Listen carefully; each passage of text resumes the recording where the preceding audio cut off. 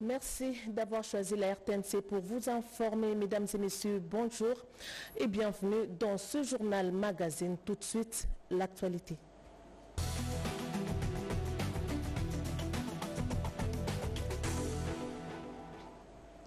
Nous ouvrons ce journal par les obsèques de Marien Ngouabé, décédé le 20 octobre 2024 à Kinshasa. Le président de la République, Félix Antoine Tshisekedi Tshilombo, s'est personnellement déplacé pour la morgue de l'hôpital du Cinquantenaire pour honorer la mémoire de l'illustre disparu qui a occupé un certain nombre de fonctions au sein de la machine politique congolaise.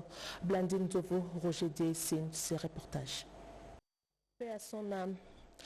Une économie diversifiée, c'est aussi une agriculture à la hauteur de la dimension de l'espace géographique, direction la province du Sud-Ubangi, pour découvrir les plantations Meluna visitées par le VPM de l'économie nationale, Daniel Moukoko Samba. Les détails avec Rodé Panda. À 100 km de Guémena, chef-lieu de la province du Sud-Ubangi, dans l'ex-Équateur, se trouve la concession des plantations Miluna, étalée sur une superficie de 25 000 hectares. Cette entreprise agro-industrielle a reçu la visite du vice-premier ministre, ministre de l'économie nationale Daniel Moukoko Samba depuis 2009. Elle a réussi à convertir une des filières de l'ancien holding Unilever à une nouvelle entreprise à production diversifiée avec la transformation des produits tels que les VA, les cacao, les cafés et l'huile de palme. Après la ronde, Daniel Moukoko Samba, impressionné par ce nouveau modèle de transformation, le patron de l'économie a donné la garantie du gouvernement soutenu par le chef de l'État Félix Tshisekedi. Ce qui se dessine ici, c'est un modèle nouveau, mais qui prend ses racines dans ce modèle ancien, en pleine transformation. J'encourage les dirigeants de Miluna et je leur assure du soutien du gouvernement. Pour qu'on cesse de parler du Sud-Ubangi comme une province où il n'y a rien, ce qui est faux. Et c'est la raison pour laquelle j'ai tenu à venir apprendre. Profitant de sa visite dans la plantation, Daniel Moukoko Samba a encouragé les jeunes écoliers du complexe scolaire Elikia, une école à vocation agricole initiée par des Congolais voués à la formation des jeunes en sciences agronomiques et à la culture de la terre. Le VPM Moukoko Samba tient à la valorisation des produits locaux pour la transformation et assurer la bonne conservation en vue de protéger les cultivateurs initiaux des pertes inutiles. La zone économique spéciale Kinmalebo s'installe progressivement dans la commune de Lansele. Le ministre de l'Industrie, Louis Ouatoum, a inspecté cet espace économique. Un reportage signé Cédric Emena. Nous sommes dans la commune de Lansele, sur un espace de 500 hectares, dont 180 réservés à l'industrie. La zone économique spéciale de Kinmalebo, un partenariat public-privé entre la société Aris Integrated Industrial Platform de Dubaï, un développeur et opérateur panafricain d'écosystèmes industriels sur le continent africain, évoluant dans plus de 10 pays, et la République démocratique du Congo. Après avoir suivi les explications des responsables de cette zone, les patrons de l'industrie a visité les travaux de construction, de développement de cet espace économique qui a pour aménageur la société SIDIC, une jointe venture entre le gouvernement congolais et Aris IP. C'est une zone économique qui n'est pas en gestation, qui est en construction. Les constructions sont déjà avancées. Derrière moi, déjà, vous avez le premier opérateur qui est en train d'aménager pour s'installer. Et il sera suivi par plusieurs autres. Car comme vous le savez, nous sommes dans la logique de création d'emplois. Et cela passe par le développement de l'activité industrielle. Soucieux de voir les employés et les clients évoluer dans de bonnes conditions, Louis Ouatoum Kabamba n'a pas manqué de prodiguer quelques conseils pour que les choses se passent dans la norme. Cette zone va donc évoluer dans les secteurs de la transformation du bois, biens de consommation, matériaux de construction, assemblage, produits pharmaceutiques, recyclage et tant d'autres. Et grâce à ces projets, des milliers d'emplois directs et indirects seront créés et va permettre la diversification de l'économie nationale. Clôture du mois d'octobre dédié au café et au cacao à Kinshasa. Le marché de la liberté a été choisi pour la sensibilisation des vendeurs des produits pérennes et autres maraîchères. Pour la DGD l'ONAPAC, il faut consommer les produits bio certifiés par l'Office national des produits agricoles du Congo. Marthe Mangaza, reportage. Au crépuscule du mois d'octobre, mois dédié au café et cacao, la délégation de l'Office national des produits agricoles du Congo, conduite par sa directrice générale Mimi Monganumbia, accompagnée de son adjointe Berthe Kennedy et de la vice-présidente de la Commission nationale des droits de l'homme, Joël Konambamba, a sensibilisé les femmes vendeurs de café, thé et autres produits sous contrôle de l'ONAPAC, qui a pour mission de certifier les produits pour une qualité propre à la consommation au marché des libertés de Kinshasa. Cette journée est également une occasion de faire connaître l'importance de ces deux produits dans les économies mondiales.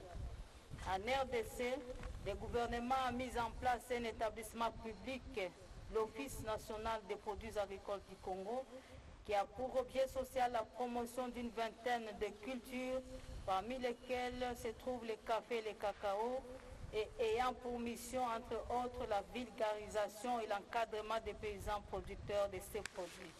Le mois d'octobre, c'est aussi le mois de la lutte contre les cancers du sein.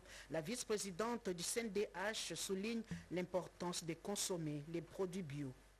Merci de nous avoir associés à cette activité qui vise la promotion de la consommation de nos produits locaux, de nos produits bio, qui sont certifiés par ONAPAC.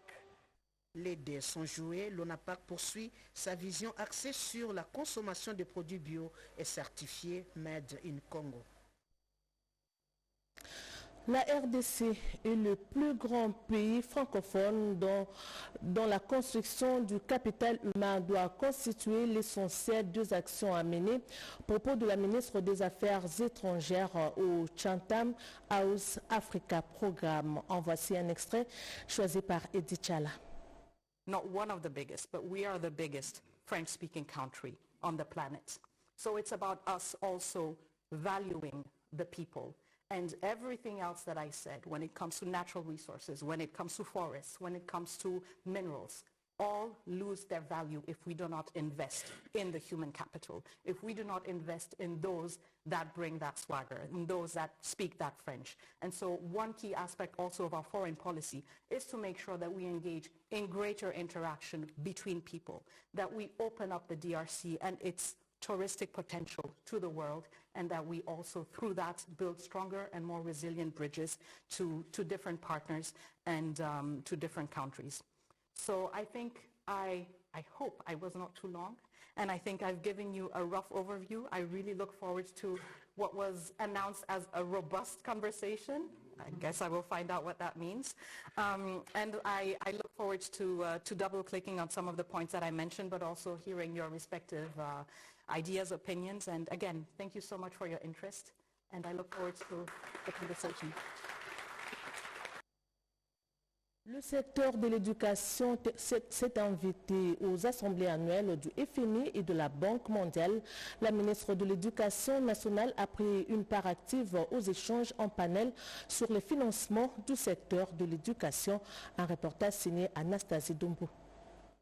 Après sa participation dans un panel de discussions sur l'éducation et les compétences pour l'avenir de l'Afrique lors des assemblées annuelles du Fonds monétaire international FMI, et du groupe de la Banque mondiale à Washington aux États-Unis d'Amérique. Juste après, la ministre d'État, ministre de l'Éducation nationale et Nouvelle Citoyenneté, Raissa Malou Dinanga, a séjourné à Fortaleza au Brésil pour prendre part du 31 octobre au 1er novembre à la conférence Global Education Meeting organisée par le ministère brésilien de l'Éducation et l'UNESCO. Figurant parmi d'autres invités à l'ouverture de ce forum, Raissa Malou est intervenu pour donner l'économie de la vision du chef de l'État, Félix-Antoine Tshisekedi Tshilombo, sur l'éducation en République démocratique du Congo. La vision du président de la République, donc du chef de l'État, son Excellence M. Félix-Antoine Tshisekedi Tshilombo, est en fait de faire de l'éducation un pilier de notre développement national. Alors, les disparités géographiques, l'accès aux ressources numériques et le renforcement de la formation des enseignants sont encore pour nous des obstacles majeurs. Mon objectif en tant que ministre de l'Éducation nationale et de la nouvelle citoyenneté est d'instaurer une culture éducative qui prépare nos jeunes non seulement à réussir dans ce monde qui est de plus en plus technologique, mais aussi à s'engager activement dans la construction d'une société plus juste et résiliente.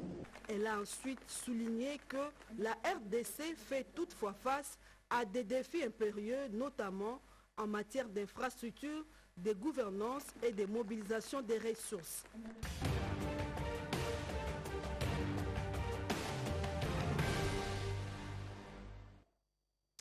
La semaine du président a été marquée par ce tête-à-tête du président Félix Antoine Tshisekedi Tshilombo et son homologue Yoweri Museveni de l'Ouganda. Les deux chefs d'État ont abordé la situation de l'Est. Les détails avec Pierre Kebambe-Somoïssa.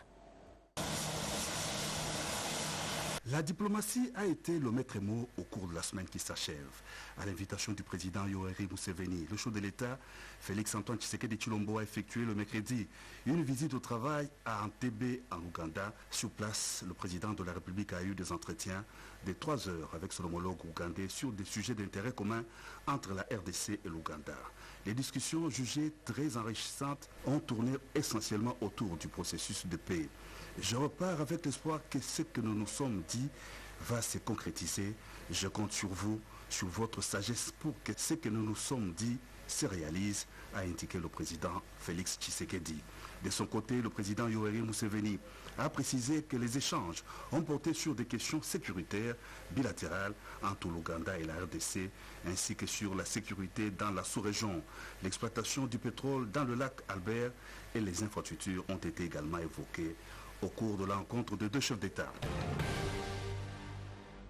Le président de la République, Félix Antoine Tshisekedi Tshilombo, a été aussi accueilli à Bujumbura, au Burundi, par son homologue Evariste Ndayishimiye.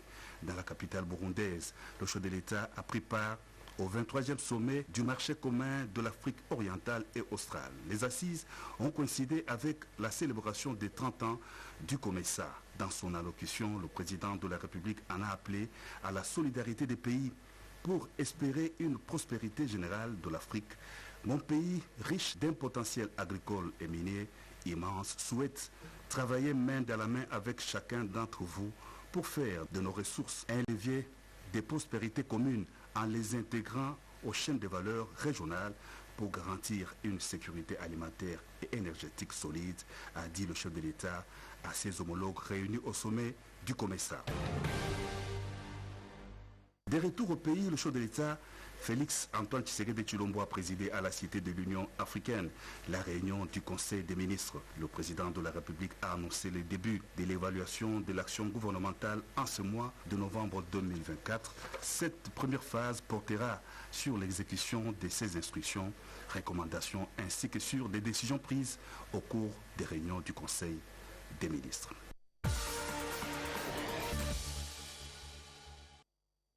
L'Assemblée plénière de la Chambre basse du Parlement a examiné le jeudi 31 octobre le projet de loi des finances exercice 2025. La première ministre Judith Suminwa Tuluka a présenté le budget de son gouvernement.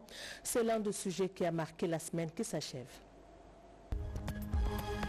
Le projet de loi des finances 2025 chiffré à plus de 18 milliards de dollars américains a été déclaré recevable cette semaine à l'Assemblée nationale. La première ministre Judith Suminwa Tuluka l'a présenté et défendu jeudi devant les députés nationaux qui ont formulé quelques recommandations pour la prise en compte de certains aspects socio-économiques du pays. Mais bien avant, le projet de loi du budget 2024 a été passé au peigne fin par la Commission économique et financière pour recommandation. Il ressort du rapport adopté à la plénière du mercredi que la Commission va travailler en amont pour un contrôle parlementaire efficace et le respect des affectations des ressources budgétaires, aussi bien la réduction des trains de vie des institutions notamment. Cette commission a également examiné la loi portant reddition des comptes pour l'exercice 2023. Au Sénat, par contre, les nouveaux bureaux des 9 commissions permanentes ont été installés cette semaine.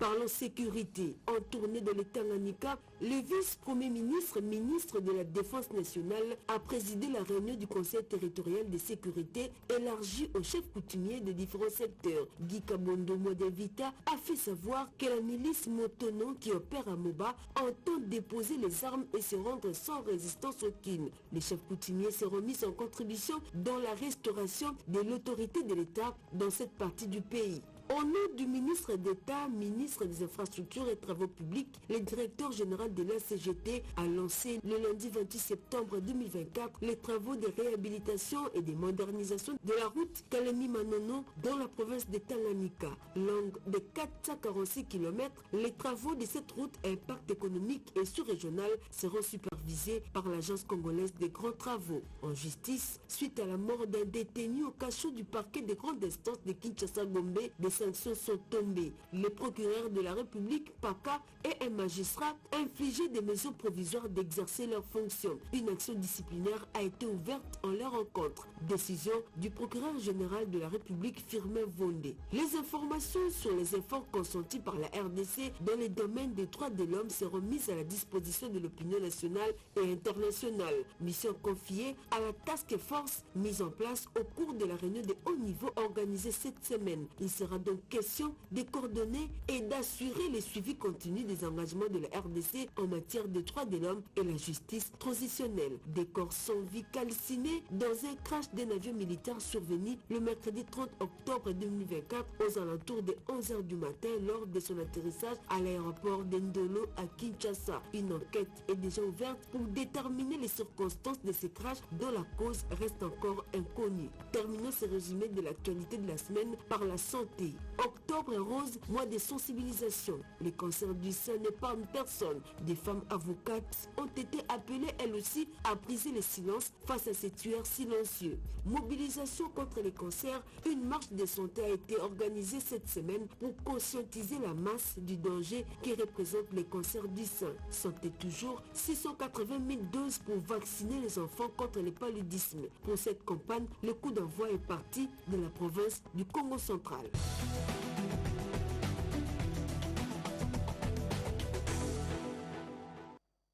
Devant la base de son parti UDPS, le premier vice-président de l'Assemblée nationale a sensibilisé sur les soutiens de la révision constitutionnelle. Des précisions avec Alain Bikaï. Il a préféré retourner à ses racines politiques pour débuter sa tournée d'échange et de sensibilisation avec la base de son parti de la Fédération de la Tchangou sur les enjeux politiques de l'heure.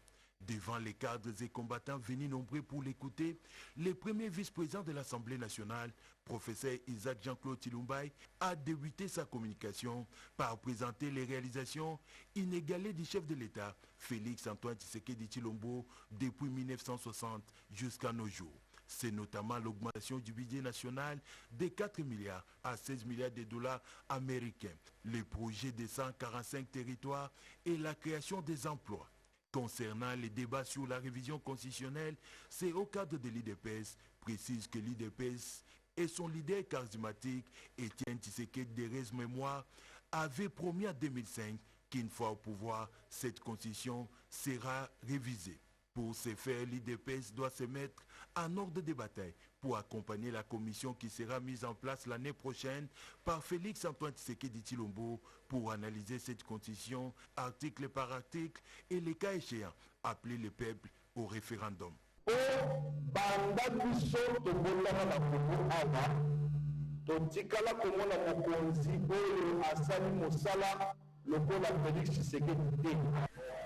Les preuves sont là.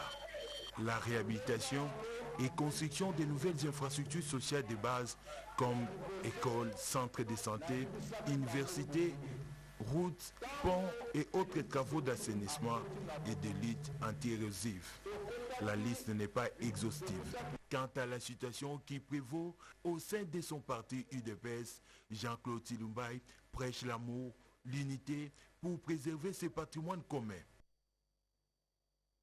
Double cérémonie à l'École nationale des finances. Il s'agit de la clôture et l'ouverture d'une nouvelle année de formation. C'est le ministre des Finances qui a présidé la cérémonie jumelée dans la salle Cristal à Kinshasa et Dichala.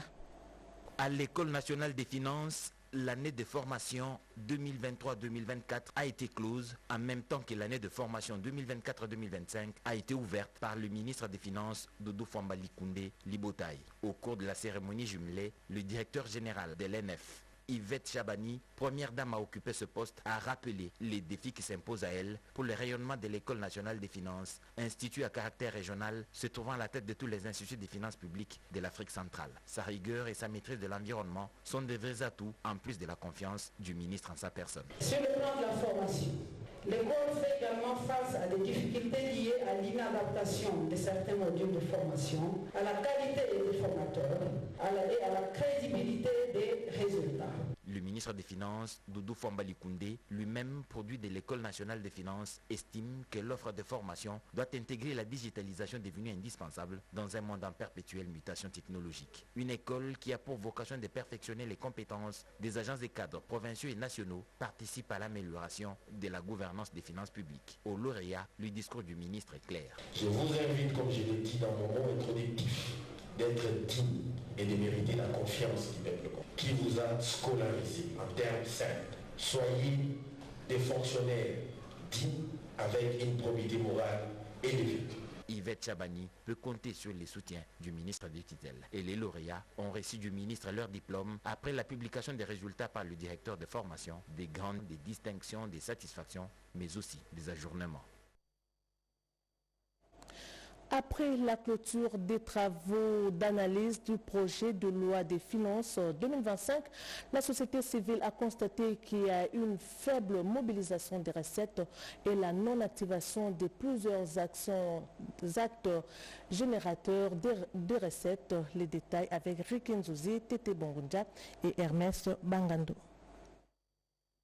Après 5 jours d'intenses travaux, les membres de la société civile œuvrant dans le secteur de la gouvernance économique et finances publiques ont mené une analyse minutieuse du projet de loi des finances de l'exercice 2025, secteur après secteur, ainsi que les domaines transversaux dont les finances, l'environnement et le genre.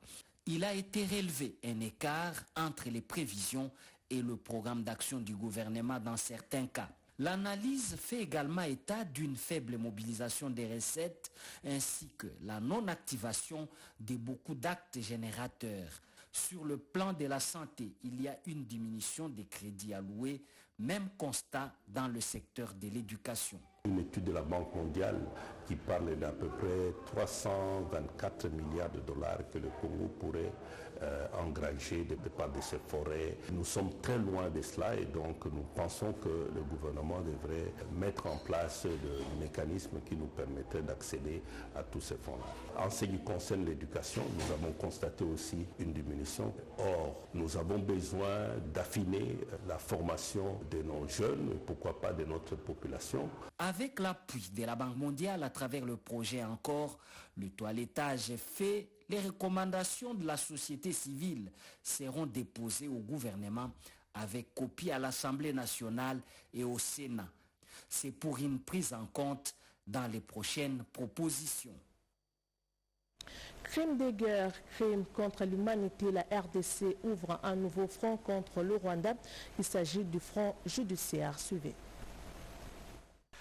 À la conférence organisée par African Led Aid à Johannesburg, en Afrique du Sud, le vice-ministre de la Justice chargé des contentieux internationaux, Samuel Mbemba Kabouya, a présenté et exprimé la position de la RDC sur les crimes d'agression, suivant la vision du chef de l'État Félix-Antoine Tshisekedi Tshilombo. Le représentant de la RDC, dépêché par la première ministre Judith Tuluka Suminwa, a rappelé l'agression dont la RDC est victime de la part du Rwanda. Pour lui, cette agression constitue un crime qui précède des génocides et cela doit être assimilé au crime contre l'humanité. Nous avons d'abord rappelé que la République démocratique du Congo fait l'objet d'une agression de la part du Rwanda et ce depuis plusieurs années. Nous avons averti les États que cela peut arriver à n'importe quel État du monde sur base de plusieurs prétextes. Et donc, il était vivement souhaitable que nous puissions travailler de concert pour faire en sorte que les crimes d'agression soient réellement poursuivis par la CPI. Nous avons souligné que les articles 15 et 12 du statut de Rome doivent être modifiés. Pour cela, la RDC propose que l'amendement de Kampala soit révisité de manière à permettre réellement à la CPI de traiter les crimes d'agression sur les mêmes pieds d'égalité que les génocides, les crimes de guerre et les crimes contre l'humanité. L'actualité parue dans les journaux la semaine qui s'achève est dominée entre autres par la guerre imposée à la RDC par le Rwanda à l'est du pays, l'offensive des rebelles du 1-23 qui met en mal les efforts du président angolais pour la paix dans la région. Jean-Pierre Ndolo Demazo.